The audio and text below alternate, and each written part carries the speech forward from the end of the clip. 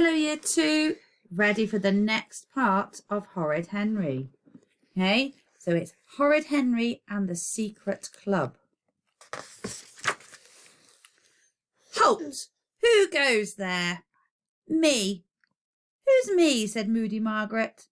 Me, said Sour Susan. What's the password? Sour Susan paused. What was the password? She thought and thought and thought. Potatoes. Margaret sighed loudly. Why was she friends with such a silly person? No, it isn't. Yes, it is, said Susan. Potatoes was last week's password, said Margaret. No, it wasn't. Yes, it was, said Moody Margaret. It's my club, and I decide. There was a long pause. All right, said Susan. What is the password? I don't know if I'm going to tell you, said Margaret. I could be giving away a big secret to the enemy. But I'm not the enemy, said Susan. I'm Susan. Shh, said Margaret. We don't want Henry to find out who's in the secret club. Susan looked quickly over her shoulder. The enemy was nowhere to be seen. She whistled twice. All clear, said Sour Susan. Now let me in. Moody Margaret thought for a moment. Letting someone in without the password broke the first club rule. Prove to me you're Susan and not the enemy pretending to be Susan, said Margaret.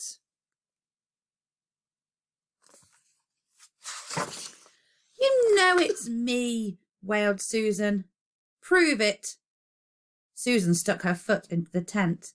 I'm wearing the black patent leather shoes with the blue flowers that I always wear. No good, said Margaret. The enemy could have stolen them. I'm speaking with Susan's voice, and I look like Susan, said Susan. It's no good, said Margaret. The enemy could be a master of disguise. Susan stamped her foot. And I know that you were the one who pinched Helen, and I'm going to tell Miss... Come closer to the tent flap, said Margaret. Susan bent over. Now listen to me, said Margaret, because I'm only going to tell you once. When a secret club member wants to come in, they say Nunga. Anyone inside answers back, Nunga knew.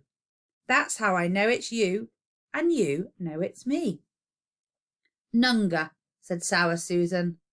Nunga knew, said Moody Margaret. You may enter.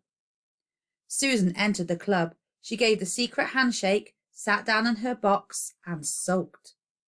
You knew it was me all along, said Susan. Margaret scowled at her. That's not the point. If you don't want to obey the club rules, you can leave.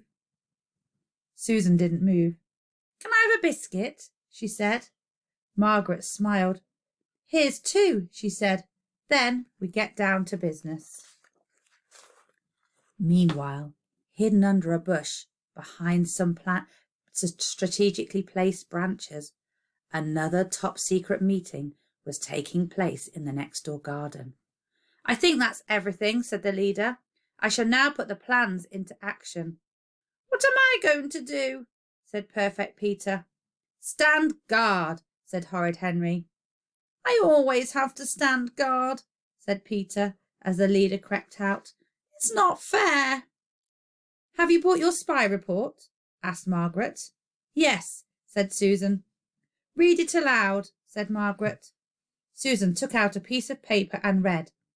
I watched the enemy's house for 2 hours yesterday morning. Which morning? Interrupted Margaret. Saturday morning, said Susan. A lady with grey hair and a beret walked past. What colour was the beret? Said Margaret. I don't know, said Susan. Call yourself a spy, and you don't know what colour the beret was, said Margaret. Can I please continue with my report, said Susan. I'm not stopping you, said Margaret. Then I saw the enemy leave the house with his brother and mother. The enemy kicked his brother twice. His mother shouted at him. Then I saw the postman. Nunga! Screeched a voice from outside. Margaret and Susan froze. Nunga! Screeched the voice again. I know you're in there.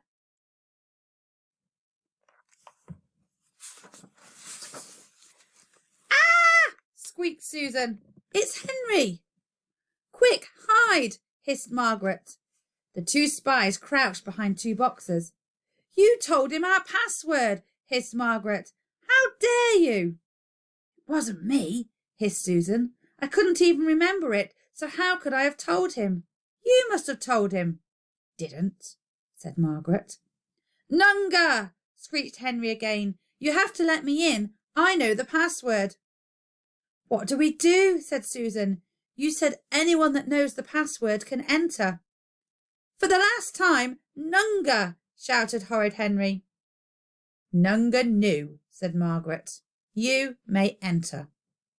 Henry swaggered into the tent, and Margaret glared at him. Don't mind if I do, said Henry, grabbing all the chocolate biscuits and stuffing them into his mouth. Then he sprawled on the rug, scattering crumbs everywhere. What are you doing? Said Horrid Henry. Nothing, said Moody Margaret. Nothing, said Sour Susan. You are too, said Henry. Mind your own business, said Margaret. Now, Susan, let's vote on whether to allow boys in. I vote no. I vote no too, said Susan. Sorry, Henry, you can't join in. Now leave. No, said Henry. Leave, said Margaret. Make me, said Henry. Margaret took a deep breath. Then she opened her mouth and screamed. No one could scream as loud or as long or as piercingly as Moody Margaret. After a few moments, Susan started screaming too. Henry got to his feet, knocking over a crate they used as a table. Watch out, said Henry, because the Purple Hand Gang will be back. And he turned to go. Dear. Moody Margaret sprang up behind him and pushed him through the flap. Henry landed in a heap outside. Can't get me, shouted Henry. He picked himself up and jumped over the wall. The Purple Hand is the best. Oh, yeah, muttered Margaret. We'll see about that. Henry checked over his shoulder to make sure no one was watching. Then he crept back to his fort.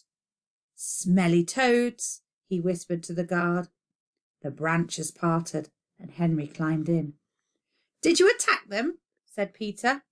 Of course, said Henry. Didn't you hear Margaret screaming?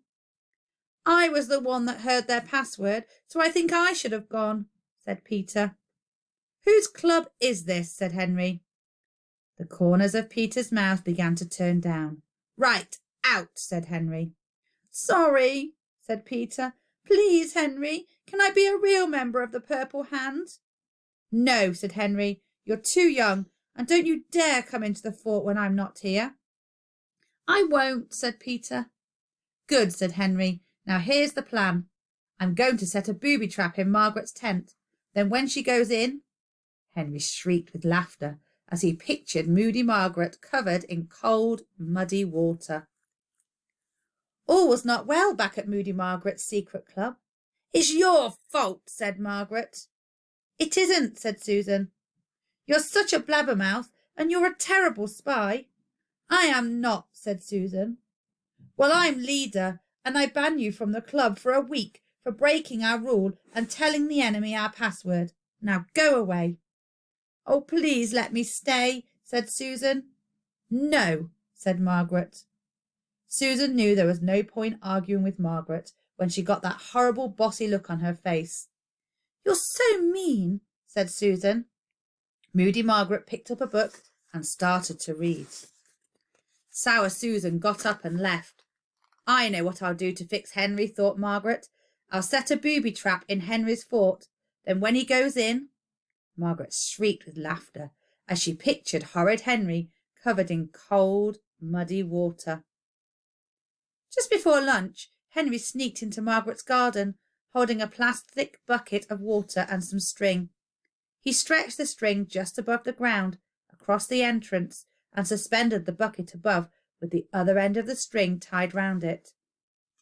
Just after lunch, Margaret sneaked into Henry's garden, holding a bucket of water and some string. She stretched the string across the fort's entrance and rigged up the bucket. What she wouldn't give to see Henry soaking wet when he tripped over the string and pulled the bucket of water down on him. Perfect Peter came into the garden carrying a ball. Henry wouldn't play with him, and there was nothing to do. Why shouldn't I go into the fort, thought Peter. I helped build it. Next door, Sour Susan slipped into the garden. She was feeling sulky. Why shouldn't I go into the tent, thought Susan. It's my club too. Perfect Peter walked into the fort and tripped. Crash! Splash! Sour Susan walked into the tent and tripped. Crash! Splash! Horrid Henry heard howls. He ran into the garden. Ha ha! Margaret, gotcha! Then he stopped. Moody Margaret heard screams. She ran into the garden, cheering. Ha ha, Henry, I've gotcha! Then she stopped too.